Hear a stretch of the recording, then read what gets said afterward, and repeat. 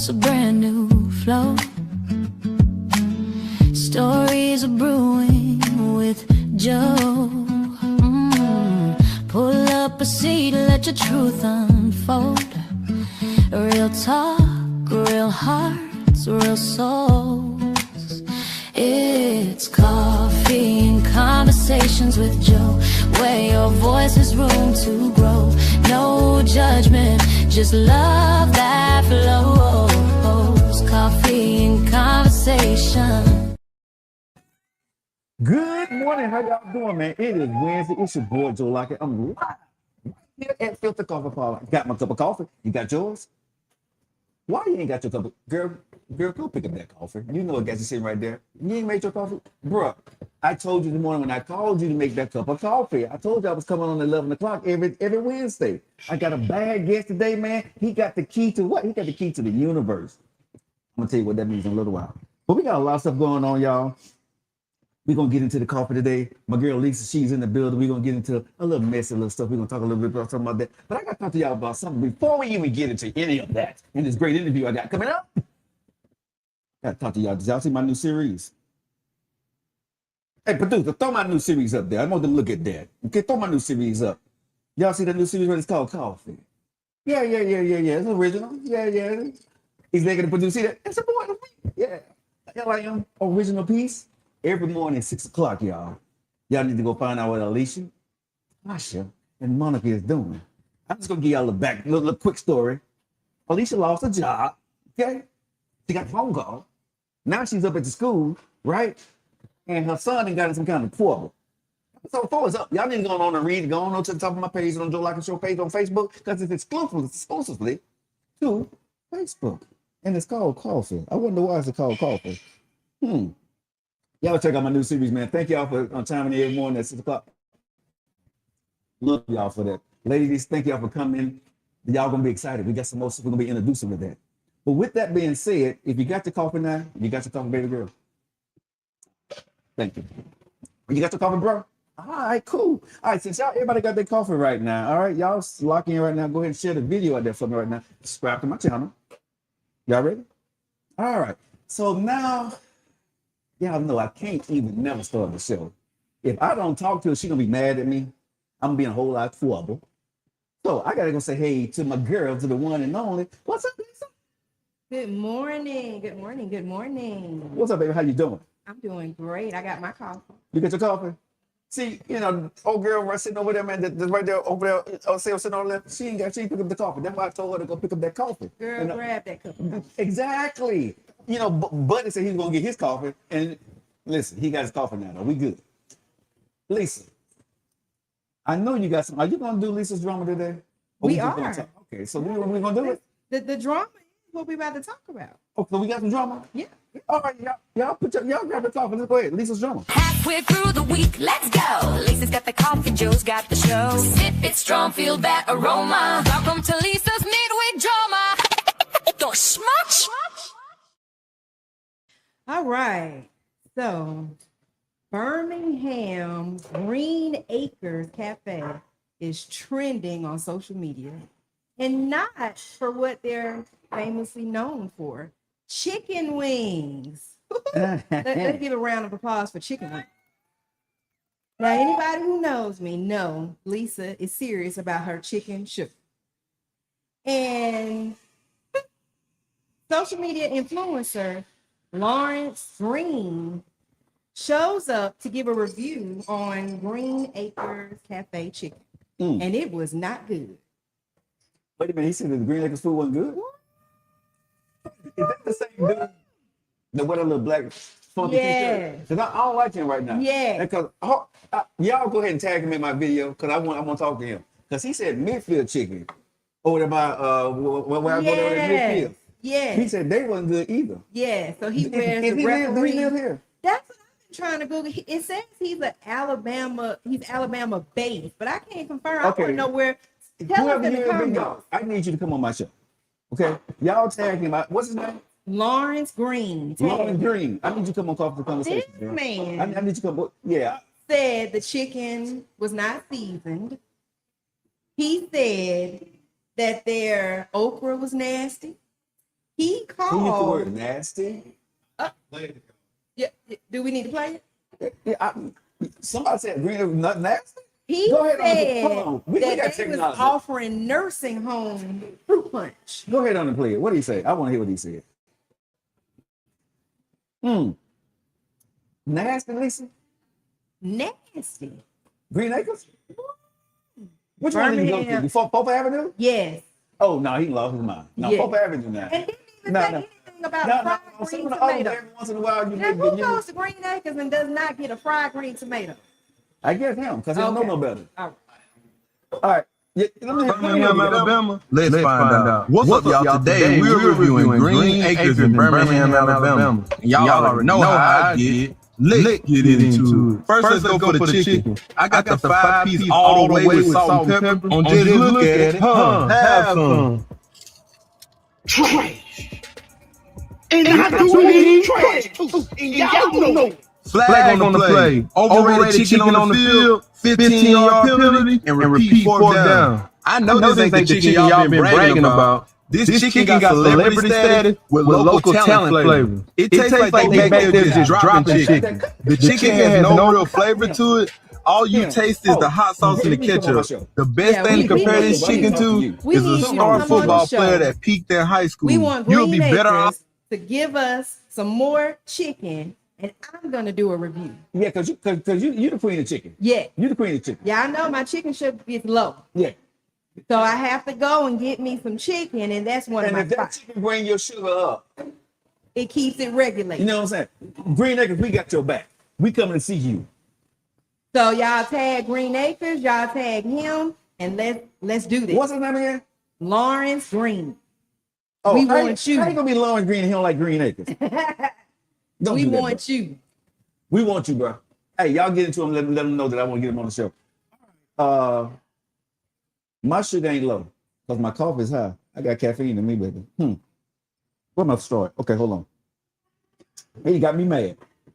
But hey, I'm saying looking for my story like a little bitty baby. But anyway, y'all, hey, we got a great show lined up for you guys today, man. Make sure you go check out my series called Coffee on Facebook, streaming live right now. But y'all know I get some of the baddest guests in Birmingham, Alabama, right?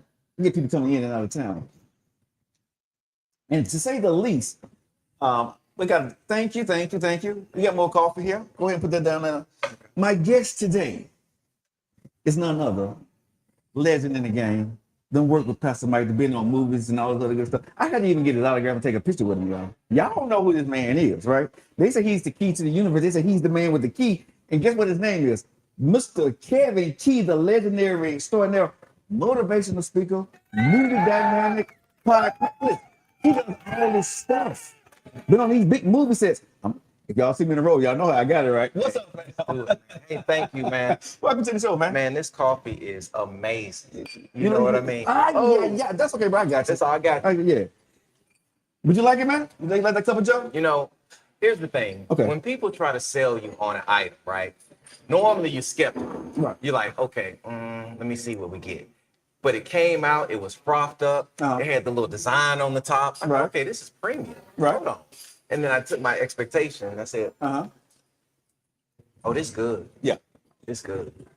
So now I'm a fan. You a fan? Okay. Now I'm a fan. Oh, so there ain't no flag on the plate but my coffee. No, we're not doing you like Green Acres. This is, and it's got the gold wrapping. Like, man, come on, man. Come on. Look. You see my bracelet? They call with the crown right there? The king. The king of the coffee, baby. So you the king of the coffee. I'm king of coffee, baby. Man, I like that. I like that. Man, thank you for having me on.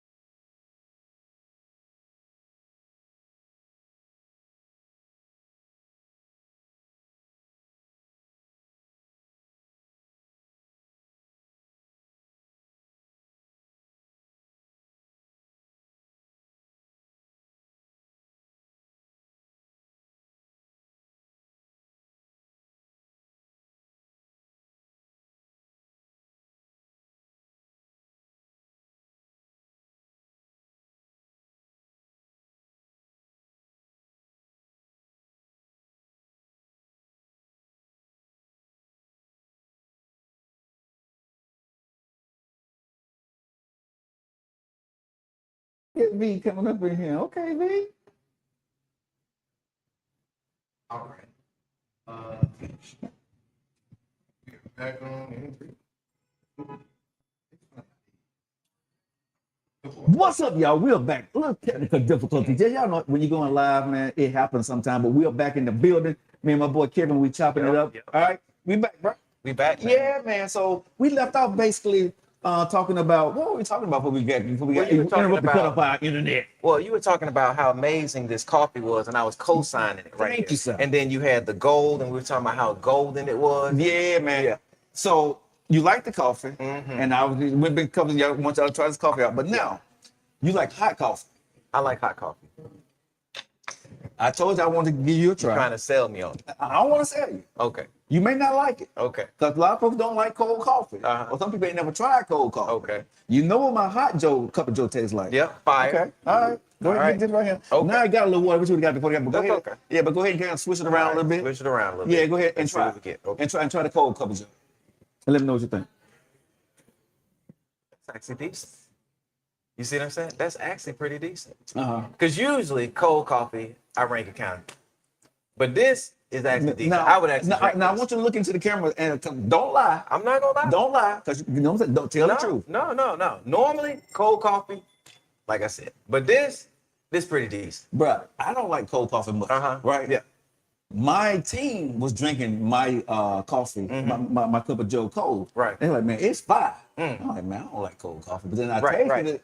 I get this more than I do my hot cup of Joe now. This, no lie, this actually pretty good. And I if you like look, it. And if you look at the bottom, you see that turmeric down there. Yeah, that's Yeah. right. Maybe that's part of what the extra flavor and stuff is. That part right there. See, I told you, bro.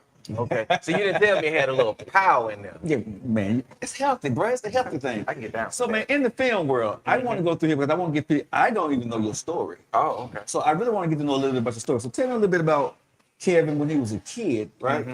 Did you grow up here? Yo, yeah. Born and raised in Birmingham, Alabama. What about? Over there in Irondale. Okay. Yeah, went to Irondale School, then went to Shades Valley, Mounties, graduated in 97. Then, 16, I actually started off as a DJ. That's how I came into entertainment. Then started 16? yeah. Okay. I was DJing house parties and all that stuff. Got hooked up with this guy named Frank Myers, known as Bozo. Okay. Bozo did a lot of sound around, started running around with him, doing concert shows. Then branched off into my own company, which was Moon Men. Hold on. 16, you had a company? Well, I didn't get my company until 18, Okay.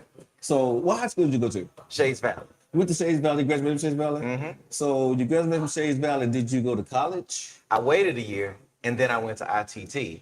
So, ITT. yeah, that's a technical school.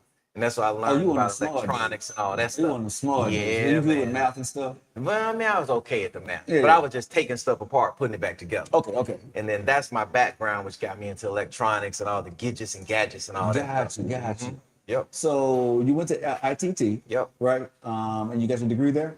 Okay. And what was the degree called? Electronics engineering. Your big words. Okay. Yeah, it's funny you say big words, but my first job out of college, I was working on pages. That's what I did. Oh man, you that old? Yeah, man, I'm that old. I was working on what we used to call them beepers. Yeah. Yeah, working on beepers for a little while. And then after that, that's when I got my real job. Right. I went into the aerospace industry working on commercial airplane computers. Yeah. But I did that for like 3-4 years. You got money. No. No. Yeah. When people say, nah. You got. Listen, this is when I was in my 20s. This is when I was in my 20s, right? And then I kept working, ended up getting promoted to manager of the shop, right? So in my like 24, I'm managing one of that, they call it the avionics shops, right? But here's the thing. I was sitting in my office one day and I said, this ain't it. This ain't it. You walked away from the money. I sure did. I was still DJing on the weekend. I called him, y'all. I said he walked away from the money. Well, I mean, think about it. Like at 24 years old, $60,000. That's a lot of money. Back then, that was a lot of money. You know what I mean? And I was DJing on the weekends. I was doing all that stuff. And I went to the boss that next day, and he said, you know what, Kevin? I would offer you more money, but I can tell this ain't about the money. Good luck. And then I left that job. Wait a minute. So he fired you? No, I quit. Okay. Okay. I quit and I left the job. Okay. And then went full time in what I was doing. And along the way, a lot of stuff happened here, there, moved to Los Angeles, learned film How and was that? TV. Oh, Los Angeles was great. You know, I had all the experiences, success, struggling, living in your car, you know, using the bathroom behind buildings, you know, all the experiences. So when you were so let's take it. This is a conversation. Like I said, I'm getting to know you now. Yep. So you left Yep. city, 70,000, Yep. going off on my dreams. Yep. Married at the time, talking to No, anybody? I wasn't married at the time. I was just going. So I you was just up and just I just up and you just- like the Jed Clemens, just loaded up the car. You know what I and mean? You went straight to Cali? No, not straight. So between those two, I was doing my DJing company, doing all of those kind of things. Then I ended up running a bar, Matthews Bar and Grill, that was downtown. Okay. I was managing that place, doing shows, concerts, all of those things. And then I was also starting Advance in film and TV. Gotcha. So I said, you know what? I'm in my, I think I was like just now getting around 29, 30, somewhere in there. I said, if this gonna be the time to go, I'm gonna go. And so Snipe Young, famous music producer, he's from Birmingham, but he moved to Los Angeles before that. I went and moved in with him and Kay Clark. You know, so I was sleeping on their couch for a little while, trying to figure out the lay of the land. And then I ultimately learned what I need to learn. And God said, it's time to come back.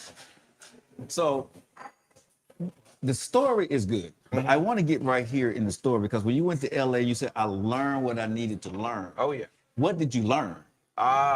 So in Birmingham, right, we have a film community, right? Okay. But because we're such a young community, we're having to get it out the mud. We're having to try to figure things out as they go, right? And that takes a process to do that. So going out to LA, I was able to see a thriving economy that's already doing it and find out what the tools are that they're actually using, what the set etiquette is. So it gave me a shortcut. So that now when I came back to Birmingham, I knew what to buy, how to apply it, and all those things. Kevin, you didn't hear my question, cause no, you're not gonna get away with that here, bro. What are we talking about, man? Because how did you come from the sofa of your friend and get to know these folks and get on these sets and do all this stuff? It had to be something. We got people watching, bro. Okay. Okay, so we just can't say I learned what I learned and I came back to Birmingham, Alabama. It didn't work like that, dog. No. Okay. So talk to me when you was on that sofa, when you was trying to figure out you didn't know nobody. But this is what this is about. Yeah. You knew nobody in California, but it's the guy you were staying with. Right. You just can't grab some knowledge and then get back in the car and go back home. You say there's some business in the story. Yeah. So fill me Okay. in, man. So there was this church called Spirit Food. Okay. And so Keenan, Kel, I think he went there, some other actors and stuff went there. And that minister, I ended up basically working under his tutelage. And so I would go around with him. He owned these different properties. And that's how I was doing little work to make money. Okay. So that's how I ended up making money. I didn't have to wait tables because I was handy. Right. I was good with tools. Okay. So I was able to fix things, do all those kind of stuff to make money. And then with that, I was able to go to different sets and so forth to start, trying my way to get into the industry. Now, here's the other piece, right? Okay. So I ended up later on going off on my own. I wasn't on the couch no more.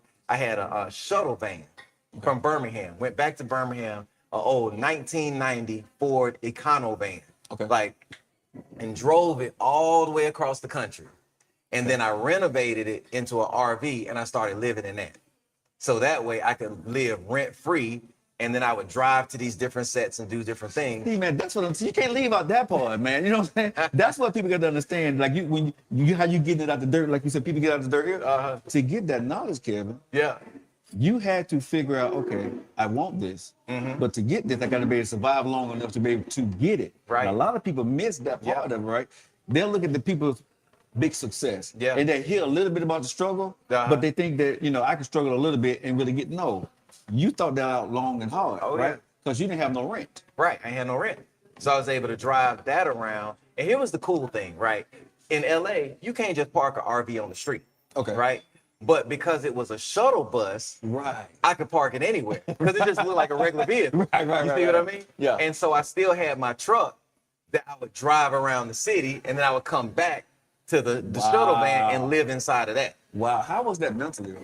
Man, it was cool. It was actually cool. How was it when you bring a girl back there? It's funny. I actually did date for a while when I was out there. Yeah. And she was cool with it. Man, my setup was dope. I had a little couch. I had a bathroom, Yeah. shower. You know, I had a desk that had a TV on it, the blinds. And so I would go out to the beach, open the blinds, and I was chilling. You know what I'm saying? It was dope. My man. I like that. Okay. But the thing before that, I ended up getting a storage unit. Okay. So you got to understand in LA, it's like very expansive. So downtown LA may be like 30 miles, but it could take you 2.5 hours, depending on how the traffic is. So in the valley, I ended up getting a U-Haul storage unit, and I would put, you know, a sink, 5-gallon jug on the top. I had a Coleman heater so I could heat the water up. So when I was in the valley, I could clean up, do all of those things, use the bathroom, have my clothes, and then drive to the other side of town. Right. So that's how I was able to save money to be able to last long enough to go on these sets and do these jobs without being locked into a job. So what was the mindset when you went out there? Was it to come back, or was it just to get knowledge? Was it to get put on? What was your mindset? Oh man, the mindset really was, can I do this? You know, and I'm gonna say, why? They say, why would you say that? Because in Birmingham, I was the man. I was DJing all over the place. I was on radio stations. I was Seagram's Gin DJ, Crown Royal DJ. I was DJing for Saks Fifth Avenue, Belt, all the radio stations, clubs. So I had a healthy support system in Birmingham. Right. But I felt like it was cheating because I also had family here. I had all these things. So me going all the way to LA is like, I got to prove to myself, can I survive and can I make it? That's what I was doing. And I remember this one night, I was sleeping in the back of my Tahoe. It was cold, man. I always tell this story. Okay. So I had to get 2 CVS blankets because the blankets ain't long enough to cover your head and your toes. Right. So I went over there and came up here, and I had a skull cap on, and I was sleeping in the back of the Tahoe. Now at the time, Tahoes had these captain seats in the back. Okay. So if you're laying across it, your side will fall down in the middle of the thing. So I had a duffel bag of my clothes that was sitting in the middle, so my side wouldn't fall in. Right. And so then I was up there cold, and I heard the devil say, look at you. You're struggling in the back of your truck. Curse your God. I said, nah, I ain't gonna do it. If I gotta do this, that's what it is. And I'm gonna stay here until, Lord, you tell me to go home. And that moment right there changed everything. You see what I mean? Because you gotta make a decision. Wait a minute. Y'all heard what he said? Y'all hear my man? That was the key right there. I hope y'all got the keyboard of that, right? I told you the keys are here. Did y'all get that key that he just said? Sip on that. Yeah, go ahead, get a sip of that coffee, bro. Go ahead. Because the man said he was laying in the back of a Tahoe that had the captain seats where he had to put a double bag in between them because he didn't want to fall in the middle of the night. Okay? And then he said, because I'm listening very close. Y'all listening? Right. You got your coffee because this is good. He said during that moment, the devil said, what? Curse your God. Look at you. You done failed. You were over here. You were the man doing this. And now you're in the back of a Tahoe with a duffel bag between your hips in the cold. Just came in from peeing behind an apartment complex. Curse your God. I ain't gonna do it. If this is what it takes, this is what I'm doing. That right there, y'all, honestly, man, I don't know where else we're gonna go in this conversation, but that part right there, bro, I know what that feels like. I know what that moment feels like when, you know, you're in a place where everything seems like there is no way this is going to work because you didn't have the answer. Right, I had no answer. But guess what happened in that moment? I can tell you what happened. I wasn't even there with you. Right? You said to yourself, if I'm here, I'm supposed to be here and I'm still okay. Right? So whatever's gonna happen tomorrow is gonna be better than it is. Right. Okay. I'm good. Okay. Just saying. I'm good. And I want y'all to hear this conversation, y'all, really. And I think it's important as we have this conversation this morning over coffee. Whenever y'all are going through something, right? The tough times are going to come, and we all can go to church. We can preach these Bible verses. We all can sit up and say, "Amen, hallelujah." We can pray. We can do all that good stuff. Do you got faith? Oh yeah. Because see, your faith gonna get. And I'm not a Bible thumper, Kevin. I'm not. Okay. If you ask me to quote some Bible scriptures, I'm gonna mess it up. Okay. God's still working on me. Okay. Big time. Okay. I'm a cusser. Okay. I do things wrong. You know what I'm saying? I talk loud. Who don't? But this is what I'm gonna say to everybody honest this morning, man. I believe my faith is stronger. One thing I have learned, Kevin, is You don't know if you have the true faith until you're truly tested. Oh, for sure. Because this is what I had to learn in my trials and tribulations. Y'all done heard this story, man. I know y'all get tired of hearing, but for me it was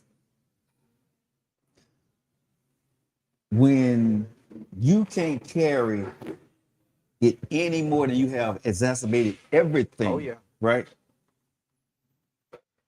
Who are you going to believe in? Mm-hmm. You got a couple of choices, right? Yep. You either can quit Right. or believe that it's going to work. And if you quit, that means you abandon your dream and you went to go do something else. That's right. Right? Or Yep.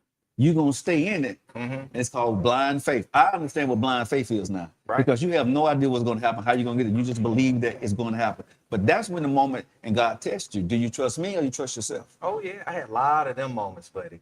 Let me tell you, because like you said, I'm giving y'all the little cookie cutter part. Yeah, of yeah, it. yeah. But even with that shuttle bus, man, I'm gonna have to send you some pictures of that thing. Because before God told me to take it as my RV, it had been sitting in my backyard for like 5 years, right? Yeah. So here it is. I take this shuttle bus that's been sitting. Didn't even really have a door, like the little, little folding doors. Yeah. The glass was broken out of it. I went to say, okay, let me check the oil. Didn't even have a dipstick. No dipstick. Right. So I said, okay, but God, you telling me to take the shuttle bus. How am I going to do this? I don't know how much oil in it.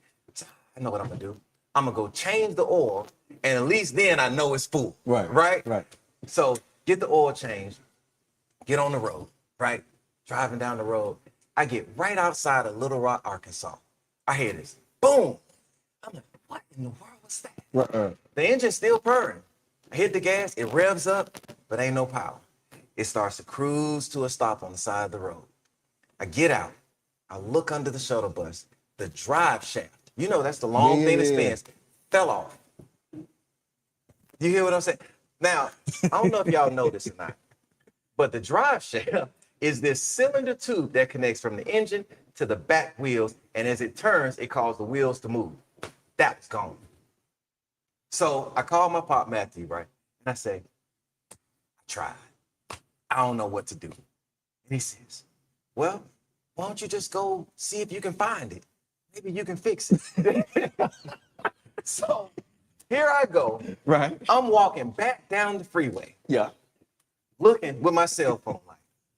And about a quarter of a mile down, it's sitting right there on the side. So I said, okay. Picked it up, walking back toward the truck. I said, all right, I got it. Now what?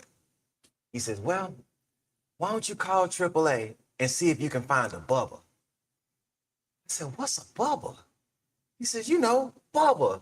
White guy, camouflage, boots, one of them little hats. You know what I'm saying? Get off my show, Kevin. Get off my show, man. Get off my show, bro. He's in a Bubba. And I said, okay. Call it AAA. Yeah, man, I'm on the road, such and such. They said, all right, we're going to dispatch somebody. Truck pulls up. I kid you not. Bubba comes out. White dude, camouflage hat, camouflage boots. Look at God. And he says, what we got here? And I said, well, I got this drive shaft. It fell off. And he goes, well, I tell you what. I can put you on the back of this rollback. There's this shop over here. And in the morning, they'll be able to take care of you. I said, all right, okay, cool. So they pulled me over, shop. I'm asleep in the back of the shuttle bus. Right.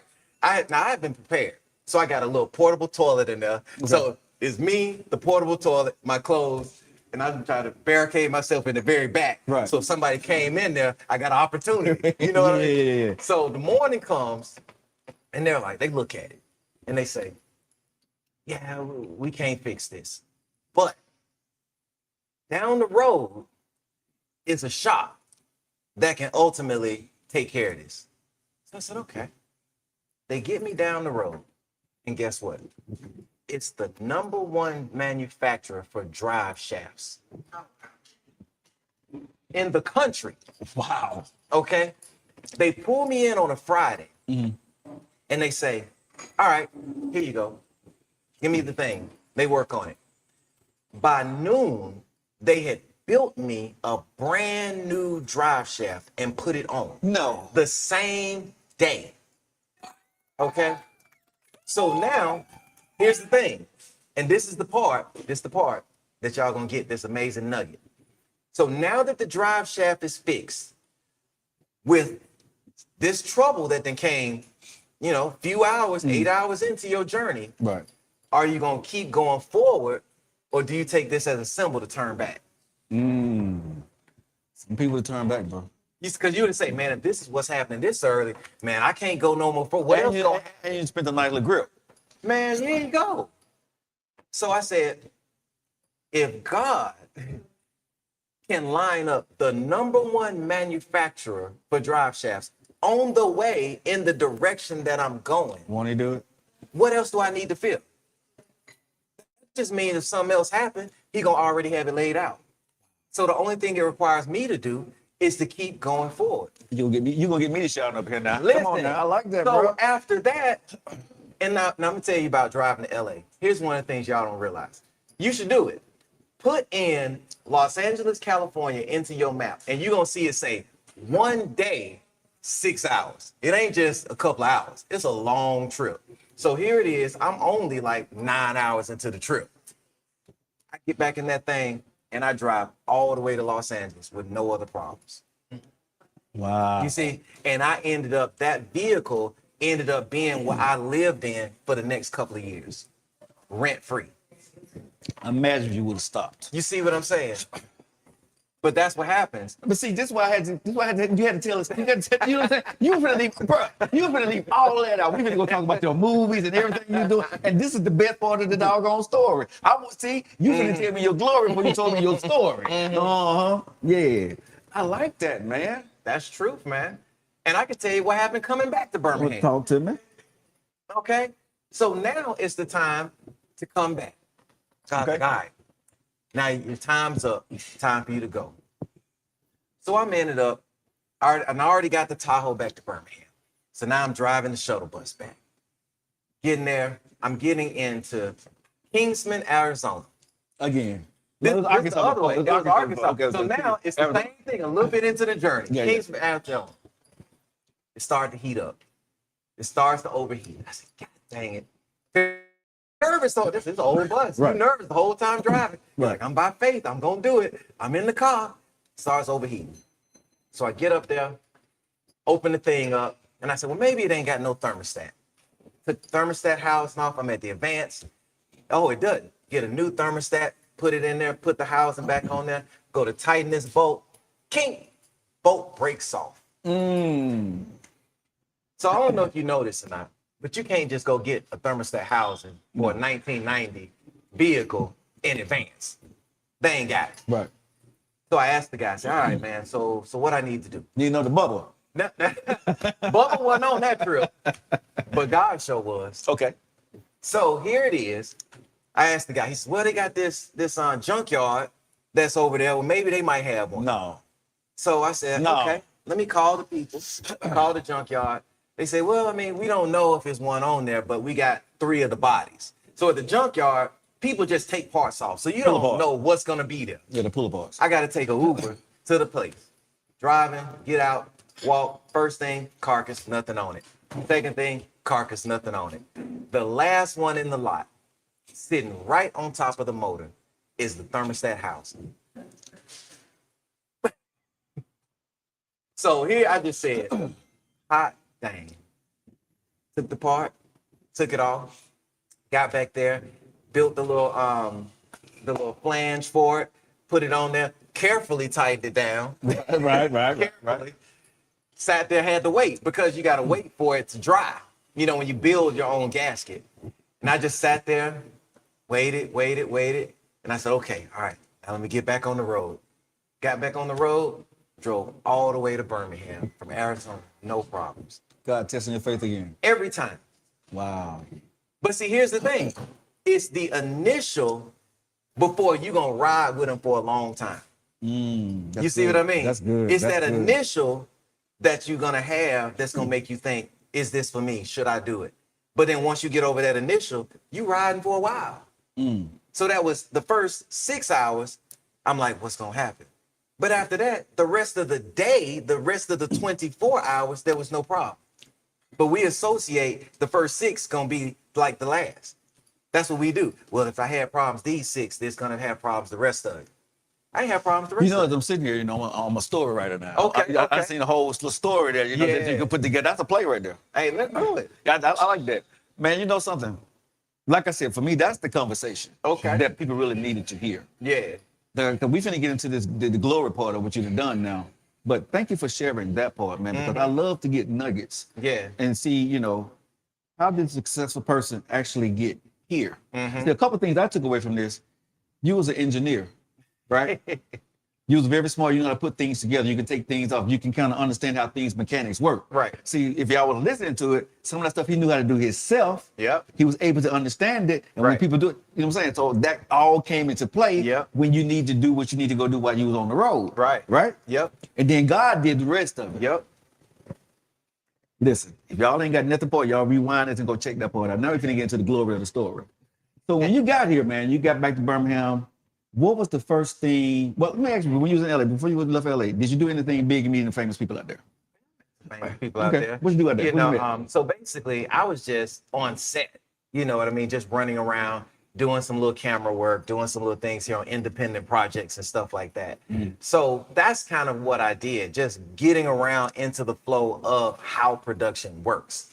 And so, like you're about to say, coming to Birmingham, it was funny because I still wasn't a good cinematographer. Okay. Right. In my head, I thought I was a good cinematographer. Got you. Because I came from Birmingham and I was doing all these things, but I wasn't aware of how big the world really was. Okay.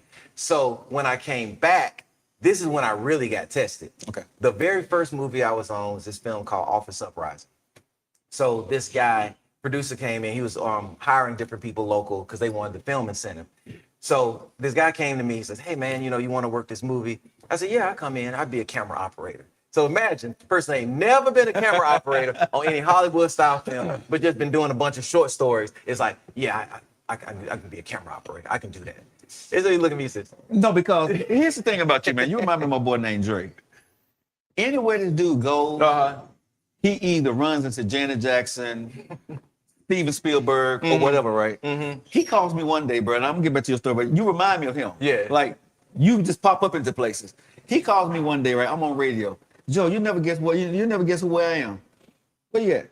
Oh, I'm in the Atlanta House basketball room, and he had, I think it was Trey Young. Oh, you want to man. talk to Trey Young? what? Of course. Yeah. Then he calls me another time, bro. He's with who was he with? I think he was with Tashina Ono. Oh, yeah. Right? Uh-huh. Here's the other part. Bro, I'm at home chilling, right? He calls me, he said, man, I got Mary J. Blige. Yeah. Right? She's out of school and she's gonna be going live, and they told me I need to get some people. I'm gonna call you. I'm gonna chime you. Just call me up like it ain't Right. nothing, right? Just I'm gonna like chime you in, right? And I'm like, you gonna get with who? Bruh. 5 minutes later, Mary J. Blige and say right there, hey Joe, hey, how you doing? Right. That's what you remind me of. Like, wherever you go, you mess around and you just pop up with people. Yeah. But going back to your story, man, because you remind me of Dre so much. Dre, if you watching, yeah, that's you, boy. That's you. So here it is. I'm on this movie set. And they're like, well, we can't give you the camera operator, but we hear you good with computers. So I'm like, yeah, I'm good with computers. I can do that. He said, so all right, what we're going to do is we're going to give you this job. At the time, I didn't know what the job meant. Right. We're gonna make you the DIT. And that stands for Digital Imaging Technician. Okay. Okay, so the job is you back up the files. That's really what you're doing. Okay. But at the time, at the level of what I understood it at, Right. it's just backing up and copying files, Okay. right? Not really understanding the depth of what it really meant. Gotcha. But I said, all right, cool. Yeah, I can do that. I know Right. computers. I can copy files. So I get in there and I bring in I have a bread cart because I don't have a real camera cart. So like them grocery stores that they roll bread around, that's my cart. And I went by Walmart and I got 2 Samsung TVs that I put on there so I can have me my rig. Man, I look so country. I look so country. I'm just proud. I'm rolling my back. I'm like, yeah, I'm the DIT. Man, that joint was so crazy. And so I started doing the job. don't know nothing about the cameras for real. I've never worked with a red camera. Right. And here they are. Here's your card reader. Here's this, and just start working. Which is let me tell you about favor. Favor will put you in places that you're not qualified to be in. Okay. For sure. Because I was not qualified to do that job. Right. Right. And so that first day, that first week, I was so behind. I almost got fired that first week. Because I'm up there telling people, yeah, you need to do this and do that and all this kind of stuff. And they were like, man, I'm so thankful for mentorship. This AC, he came up to me and says, Kev, you real smart, but your brain about to get you fired. You know? Yeah. He said, so you just be cool. Just chill and just lay back. Just do the job. You're going to be all right. You Jalen Brown. Is that really? You know about you heard the Jalen Brown story? We'll talk about it after. Okay. So he ended up giving me that knowledge. Yeah. And I stayed that weekend over, like when we was off, to learn and figure out how to really do that job. See, that's a nugget right there. Mm-hmm. I didn't just stay with what I had. Mm-hmm. I said, okay, when I come back on Monday, I'm going to be locked in. Yeah. So I went in, I stayed the whole weekend, learning how to do the stuff, how to be proficient, how to get everything lined up. And then when I came in on Monday, I was good. And then I was able to apply what they said, get through that movie, got hired to the next movie, to the next movie, to the next movie. And now, if you look on my IMDb, which is basically your resume of movies, I got a See, I don't like your see, look at him. See, I told you this is the glory part. My IMDb. I ain't even got an I. He got all the letters. I got a bio. So, what all do you do, bro? Now. Okay. So you have, I call it this split between what I'm hired to do and what we do in my company. Okay. Okay. Those are two different things. They're all in film and production, but it's separate. So what they hired me for on movies is digital imaging technician, right? And that job actually entails working with all the cameras, making sure all the settings and stuff work, making sure that the monitors are correct and accurate, the color for the film, making sure it's applied properly, being able to create the files that the editors and the producers use, and also assisting the director of photographer in how he gets his vision to go from A to B. That's what I'm hired to do on these movies. That's what I just got through doing on this movie, The Girlfriend, with Rosario Dawson. Okay. So that was really cool. Yeah. And that's a really intense job. You're pushing this cart around on the sidewalks, on and off trucks and all of that. Now with my company, Moon Man, I shoot movies, TV shows, commercials. We do multicam events. We have the big LED walls that they have, for the backgrounds and trucks and trailers and all of that. That's what we do for our projects. Because I really don't want to do the commercial side of director of photography. It's a very stressful and political job. Gotcha. Interfacing with people for a project that you may not necessarily like. So I work those as a job, but I do the stuff I like in my company. Man, listen. I gotta sip some more. Hey, go sip some more coffee, bro. I'm just trying to sit here really and see where I want to go with this. Because I heard you say Miss Dawson. Mm-hmm. How is she? Super cool. She married. Super cool. She married. Well, I don't know if she married, but she had a guy with her that he was fond of her because they was holding hands. Oh, so I'm not saying I didn't see the sister. No. But let me tell you, my as I say, everybody got these stories of the actors. Yeah. So my Rosario story is so hilarious. I'm on my cart doing some work, and I have a celery cup right there. You get your veggies cups. Yeah.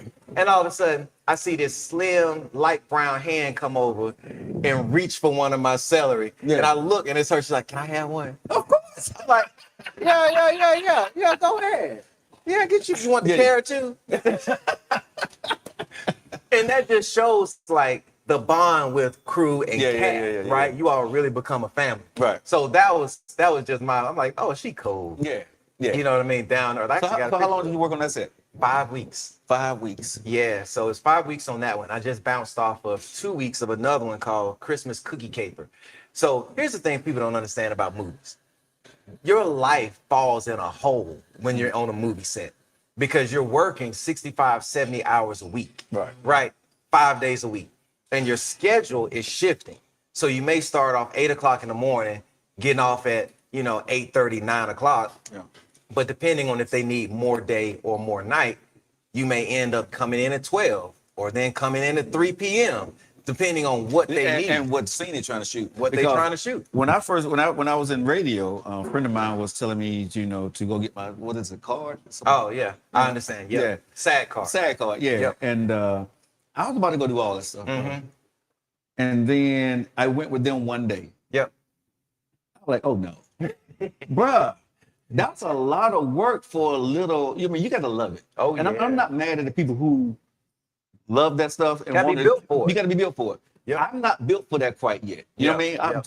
I'm sitting there, not getting paid, hoping that somebody's gonna pick you up, waiting by the phone. Yep. Then getting on, bruh. Yeah. Like you said, the ROI in the beginning Oh yeah, is tough. it's tough. It's tough. What's one of the biggest movie sets you done worked on? This just the curiosity of me. Yeah, so like it's interesting when you say big, Right. right? Big can be the scope of Budget. the production value, the budget, or Budget, the right. actors, or it depends on all of that kind of Well, stuff. first budget, then actors. So budget wise, I think it was this film Hotel Tehran Okay. with Liam Neeson. Okay. That was a really cool. You with film. Liam? Yeah, Wow. yeah, he's super cool. Is he as good as the movies make him is? Oh man, he's a really cool dude, and just the way he moves around set and all that kind of stuff was cool. The other one would have been Cash Out 3. Okay. That's with John Travolta and them, because we ended up in Miami, and then we went to Now John Travolta is cool. oh yeah, He real cool. I got a chance to meet him when I was in the military. Over in Japan, Uh-huh. and he came in. They was shooting a movie, but he made sure that he spoke to he everybody. speaks to everybody. Yeah, he made he sure he buys speaks- the crew gifts Yeah. like they do. Yeah, he's Yeah, super yeah, cool. he's real cool. But the one that I had the funnest was when I met Morgan Freeman. Do tell. Man, he is a hoot. Because guess what? He is a practical joker. Is he? He is. You'll be on set, and then he'll be walking, be like, "Oh, I heard something." He'll be like, "Oh my God," he'll be like, "I'm kidding." He just be messing with people all Right, day right. long. So I was like, "That's what you really want." Right, right. And I got a chance to take a picture with him and all that kind of stuff. And there was this guy, Jay. He had braids and all that kind of stuff. And so we all taking pictures, and Jay walking and goes, "Ah man, get away from me! You scared of me?" Right. And he's just like, "What?" He said, "I'm just messing with you. Come on, man." Have you got a chance to work with Tyler Perry? No, I have not worked with Tyler Perry yet. Wow. Okay. Is that an inspiration of yours? I mean, of course, like any filmmaker that's achieved the level of accolades that he has, that's an inspiration. You know what I mean? You cannot not say wow to those type of accolades and all that stuff. So I would love to work on the Tyler Perry set. It's just our paths have not crossed yet. What do you think about what he has been able to do? Now, not just for blacks in the film industry, but what he has been able to do actually in the film industry in these movies himself. Like I said, it's an amazing feat. Like film and production is hard anyway, even with the budgets and all of those things. So for him to take and have the infrastructure mind state, that's the way to go. He has created his own infrastructure that allows him to facilitate the speed he needs to bring projects to market without having to get them greenlit. That's why he's so successful. He doesn't have to wait on people to say, okay, yeah, you're approved. He can do it all in-house and just turn things over quickly. And that's just super smart. Looking at Tyler Perry Studios and then looking at Moon Men, right? What are your goals and aspirations with Moon Men? Yeah, so really with us, we're kind of like a scaled down model of sorts, which we have LED walls, we've got the cars, the trucks, the trailers, and things like that. We can bring films and things to market. So now it's just more of being pointed on which direction we really want to go at this time. So we're not just a studio, but we also do multimedia, we do events and all these other things. So I'm kind of at a place where I'm really excited about where I'm at. Like I've achieved so many different things now to where I'm just got this thing on autopilot and I'm just saying, all right, God, where you want us to go, that's what I want to do. And I asked God, because like I've got a lot of different resources in the industry. And I remember I said, why did you give me all of this? You know? Why are we having this interview today? You know, so here's what his answer was, and it always is a real crazy thing when I hear this answer and as I'm saying it. He said, I gave you all of this so you can say yes where other people say no? Coffee. You see what I mean? Yeah, me and you was having this conversation before the show, and I was telling you what I was doing. You were like, we need to talk, right? Because I'm in a space right now, and y'all just see me advertise what I was doing, right? And I've done a lot. I'm like you, right? I'm a jack of all trades. I'm a master of some. There you go. Some. Don't say none. No. I'm a master of some. There you go. What I'm good at, bro, I'm good. Yeah. You know what I'm saying? I say this here. I would tap my own ego, right? I'm my own chili all day long, right? Oh, yeah. Right. So I have big dreams. But my thing is bringing people along with me also. Right. But as you was talking about how the engine got to work, I got to be the engine out front, right? And I got to go out there and believe and build this. Like this show here didn't come from nothing, bro. Right? Yeah. This show came from radio. And I told you I was going to tell you the story. Oh yeah, tell it to me. So when I was in radio for 10 years. I was a political radio talk show host, and radio was dying, right? And so I'm on radio, man. I'm looking at my numbers, right? You know, and I was telling you about the magic of making the phone. I still was making the phone rings, but when I noticed that my phone calls wasn't coming from people that were listening through the signal. At that time, my last part of my radio show, I had connected Facebook, and I had my camera sitting to me while I was doing the show. Right. And so people were calling me from Facebook. Oh man. Right. So majority of my phone calls were coming from Facebook instead of the radio. Right. I'm paying for radio. Yeah. But I'm getting the audience for free. Audience for free. Something wrong with this picture.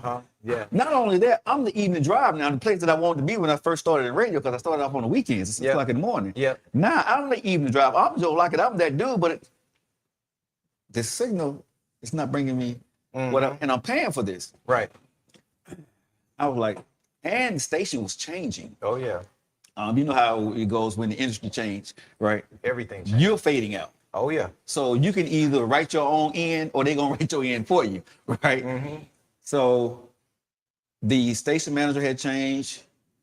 The people that was working at the radio station, they was changing over, and some of them was getting fired, right? I knew I was safe because I was paying for my time slot.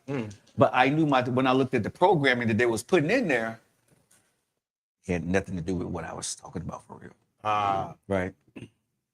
And the niche I had carved out for myself for 10 years was pretty much gone. So what I did was, my producer back here, right? I told him, I said, at the end of the month, we leaving. I said, I'm not going to renew my contract, right? I'm going to let them know that I'm leaving. I didn't tell my audience anything. I had to let the station know that I wasn't renewing my contract. Right. So I signed off on Friday, right? On radio. Right. Monday morning. Full-fledged Facebook. Full-fledged Facebook at my house. Yep. With some cameras and one light. Yeah. Right? Yeah. That's where we started from. Yeah. I stole my audience from radio and took it with me to podcasting. Yeah. My 10 years, I didn't let the radio station determine, and I do a sign off and people don't want to find me no more. Right. Because they was already finding me on Facebook. You already transitioned them. Yeah. Yeah. So that's how I got into podcasting. And when I say the first show sucked, it was bad. But we showed back up.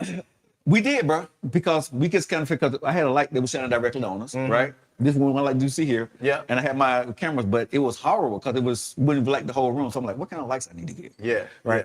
Thank you. I said, what kind of lights I need to get? And so I went and talked to my good friend Boswell. He was like, well, take that one light, because I had my silver white.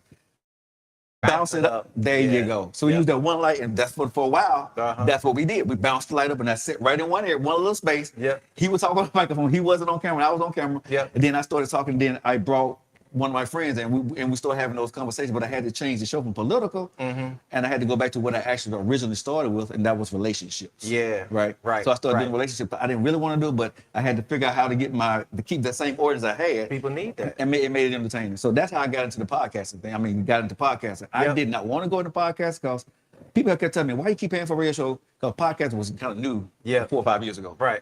I'm like, I don't want to do podcast. I mean, I'm a radio talk show host. Right. It sounds like better. Sounds like a downgrade. During that time, it sounded a whole lot better than do podcasting. And the only reason why podcasting is good now because celebrities doing it. Let me just tell y'all something. If it wasn't for celebrities out there putting money and people putting money into podcasts right now, podcasting would still be third rate. Right. But because celebrity got their own platform now, and they Yep. found how to get this gambling money and become the sponsors and got big money behind them, they put some of their money They behind started branding it. and started branding it. But I think the celebrities that built this industry, because if it wasn't for them, bro, there were people who were doing it. But you know, I would say Right. the person who did it probably best was Gary Vaynerchuk.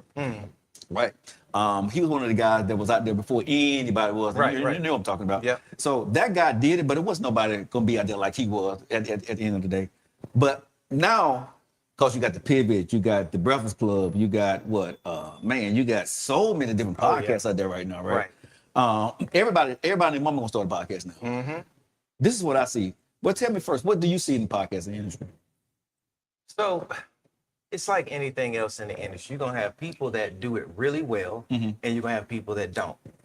The production value, I think, is ultimately gonna end up driving the industry. The more professional you look and how you present yourself, unfortunately, this is just how social media is. If you look good, they believe you more. True. That's just what it is. So people come to me all the time and they ask, well, what do you think about AI? What do you think about all this kind of stuff? And I'm like, at the end of the day, it's still a tool. So the people that are good with tools are always going to be better with those same tools than people that just starting with the same tool. Right. So like you as an example, you already had the background of radio. So you going into podcasting is going to be much better than a person that never had a background in radio. Yeah. You see what I mean? So your credibility and the value is going to automatically be higher. Right. So I think the future is going to be the people that are good, that actually put the work in, that actually study to show themselves approved, are going to always be more successful than people that's just jumping on the bandwagon. Wow. You know, before we get out of here, I want to get a few questions. But I got to ask you this because a little birdie told me this before I came to the show. You know somebody named Pastor Mike? Yep, I've definitely heard of this guy. And, you know, for some odd reason, I see him every Sunday at Rock City Church 3 times a day. I need you to help me get him on the show. Number one. Okay. You get the inside word in. Okay. Because we've been trying to get at him. All right. Pastor Mike, I've been trying to get you. So I love to have him on the show. But a birdie told me some videos and stuff that he got out there. Moon Man did some of that work. Moon Man did some of that work. You know, I'm just, you know, y'all know Pastor, you know, that guy Yeah. the Moon Man did some of that work out there on I'm just saying. it's highly likely. It's highly likely that, you know, a couple of those things are crispy. Yeah, it's that crispy. Congratulations, boy. It's that crispy. So I've shot 2 of the music videos. I've shot the Amen, which ultimately won a Stellar Award. Yeah. I shot that one. And Proof, I shot the Proof music video. Wow. And then Blessed, I ended up doing the color for Blessed. My friend Kyle Roberts, he DP'd that. And then Suddenly, I did the color treatment for Suddenly, and Kyle shot that one. So those are the music video sides. As far as the big production shows, the I Got Away tour that he did, we provided the LED walls, the cameras and stuff for that. Then when he came back with the Celebration concert at Legacy Arena, we did all the cameras and we did all the programming for the that LED was you? wall. Yeah. That was you? Yeah. That what? Hold on. That production stuff, that was you? Yeah, the cameras and then the programming. We did We that. saw you. And we then saw you. We saw him, but we saw you too. Yeah. And Resurrection Sunday this time, we shot that too. So we did all the cameras, the LED programming, and all that stuff. No, honestly, man, because we don't know when you see that big production and stuff. Yeah. But we don't know, bro. I didn't know that was you. Yep, we were behind it with the cameras and all that, the programming, the time syncing with the LED wall. So you had a bunch of people that were involved in that, that created the content on the wall. Backstage provided the LED wall, but our company was the infrastructure that powered all the screens, the cameras, what was sent to the live stream, the multi-views and all of that stuff. We did all of that. Yeah. They So done messed up. scaling. Y'all done messed up now. Coffee coming to the screen near you Yeah. pretty soon, bro. So I'm trying that- to tell y'all real. so that's y'all what I'm have no saying. idea. My mind right now, bro, is like, Yeah. okay. So we also have, like, even that's what I'm telling you, the LED walls, like, we didn't, like, those weren't ours on that show, but we own 170 LED panels. Like, we can do big shows and all that stuff in house. And I tell people, you don't just scale to arena level. No. Like you don't just jump there. You start off small and you build pieces and you Yes. continue to add to get to that place, because that's a whole nother level of engineering when you deal with the arena. Congratulations on that, bro. You know what I'm saying, man? Congrats. I see why it's so tough to get in touch with you, bro. They get you on the thing, man. So number one, first and foremost, I want to thank you for coming on the show, taking the time, bro, and sharing your stories with us over this Yep. conversation of coffee. So let me tell you this though, Sure, real go ahead. quick. Yeah, go ahead. Let me tell you how I ended up on my show. Oh, well, not on my show. How I ended up on your show. Okay. My sister, that lady right there, she the one who reached out, did all the things to connect these dots. Yes. That's very, very, very, very. But again, I couldn't get to you. I'm Joe Locke. I probably ain't get almost anybody. But let me just say this, okay? When I say I want to get something done 9 times out of 10, Yeah. I can get some stuff done, right? Yeah. I couldn't get to you, bro. Bro, I could not That's get wild.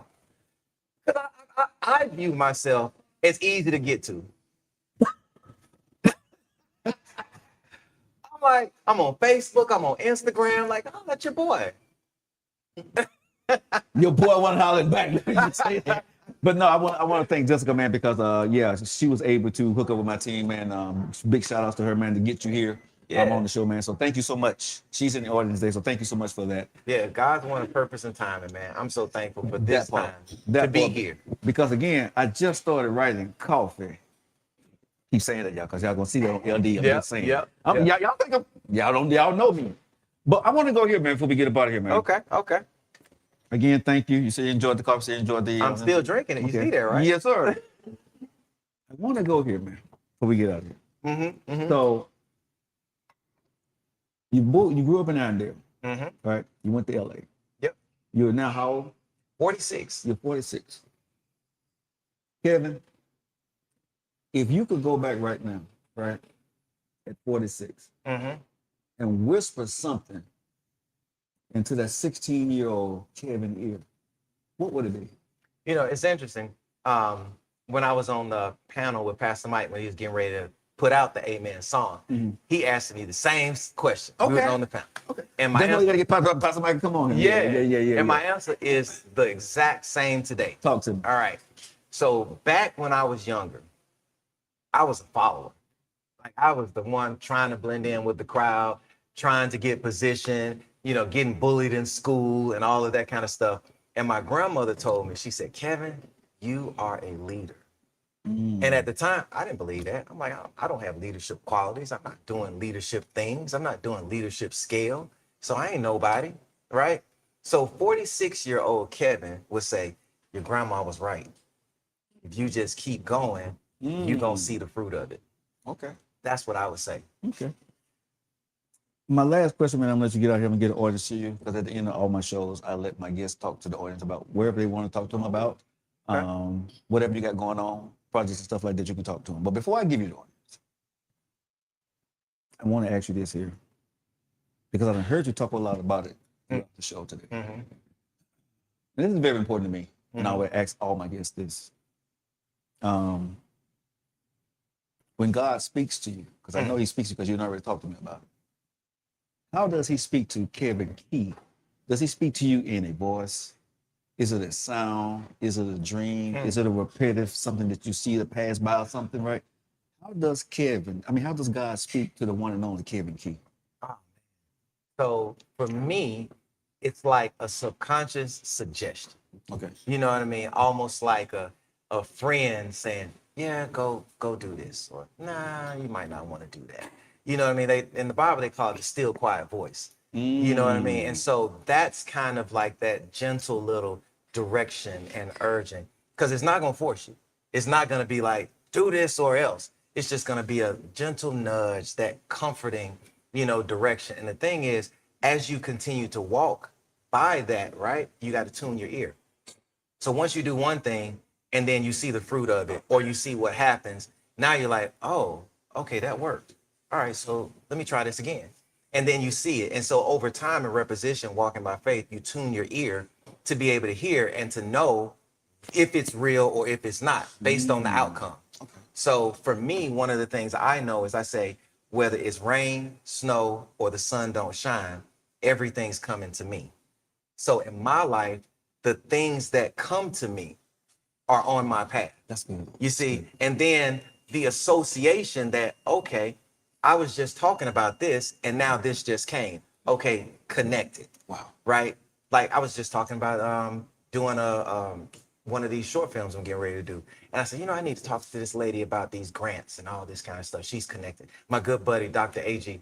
And then I'm at church on the camera. I feel somebody tapping me on my shoulder and I'm like, I can't look at you. I'm up here on camera. Right. And then she ended up videoing, and it was actually Dr. AG sitting right beside me.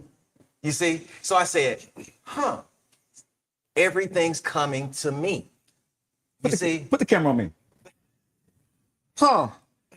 Everything is coming to me. Right. Okay, go put the camera back in. Go ahead. So when you adapt a mentality of, if it's for me, it's going to come to me, then your expectations start to line up with that. I like that. And then you start to see the stuff that's coming to you. Like here. Yeah. This came. Yeah. Boom. Here it is. Boom. We here. So that's what I've started to tune my ear to hear the things that are coming to me. So when they do, here's the thing. You got to be also wise enough that when it comes, to look back on the other side to say, this is what I was talking about over here. That part. Okay, these two pieces connect. Yeah. But that's the studying part, Wow. spending time to understand how it works in your life. Man, I appreciate your time today, bro. Grab that coffee real quick. Man, I'm with it. Man, thank you so much for having a conversation you. over coffee with me today, man. I appreciate it, man. And like I promised you, right? I always let my guests talk to the audience, bro. Look into the camera and whatever you want to say to them, whatever projects you got on, whatever inspirational words you want to leave with them, bro. This is what you do, man. You're a motivational speaker. We ain't even get into that. I got to get you to come back. We ain't get into the motivational speaking thing. But the audience is yours, man. Okay. So I guess today what I'm going to leave y'all with is, it's a topic that me and my sister was talking about yesterday. It's time to do an inventory. So in my studio, I've got a whole bunch of equipment and gear racks and all these kind of things that I may not necessarily look on those racks day to day to know what's on there. But if I don't take an inventory, I don't know when things are missing or not. So in our lives, we've gone through so many things. We've got so many experiences that are racked up in our lives that if we don't take an inventory, we don't realize what certain experiences have cost us. Whether it may be your patience, it may be your energy, any of these type of things. So as you're reacting certain ways to different things that are happening, go back and take an inventory to say, where did I lose my patience? Where did I lose my understanding? Where did I lose my empathy? So that now you can get it back and even work to build to understand how you lost it in the first place. Kevin Key Speaks. As y'all know, y'all keep it calm. Y'all keep it crispy out in these streets. All right, y'all. One and only Kevin Key. He spoke. He is crispy. All right. I'm Mr. Coffee. I am the king. Yes, sir. Man, I appreciate y'all. Hope y'all enjoyed that, man. Go back and make sure y'all watch both parts. We had a little technical difficulty there, but y'all make sure y'all go out and check out Kevin Key. Kevin, if they want to get in touch with you, man, they want to find out things, because I know they can't get directly to you. How did they get to your team and find you on social media, bro? You know, you can find me at Kevin Key Speaks on all my handles. You know, that's on Instagram, Facebook, and I'm not on TikTok a lot, but I'm gonna be. So lock that one in too. All right. See, they're locked in. See, man gets it. All right, guys. I love y'all, man. Thank y'all so much for joining us, man. We got another exciting guest coming up this weekend. It's going to be, I ain't going to tell you, you're going to have to watch us on social media. Make sure y'all follow us at Joe Lockett Show, LIM on YouTube. It's LIM Network. Okay, make sure y'all follow us out there. That's where this will be at. And if y'all following Joe Lockett, y'all following LIM Network on Facebook, that's where this show will actually be at. And you following Coffee, that's on the Joe Lockett page. Y'all have the rest of y'all day, man. And you know how your boy feel about you, right? Y'all already know. I love you. Y'all have a good day.